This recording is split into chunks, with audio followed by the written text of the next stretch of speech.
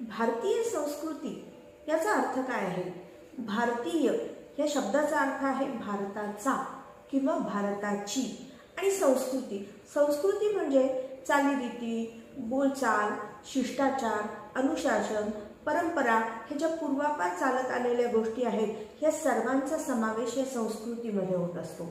आता आपली संस्कृती खूप महान आहे असं आपण जेव्हा ऐकतो तर त्याचा अर्थ काय? तर आपल्याला सुमारे 5000 वर्षांचा इतिहास लाभलेला आहे आणि तो आपल्याला वेळोवेळी दिसून येतो.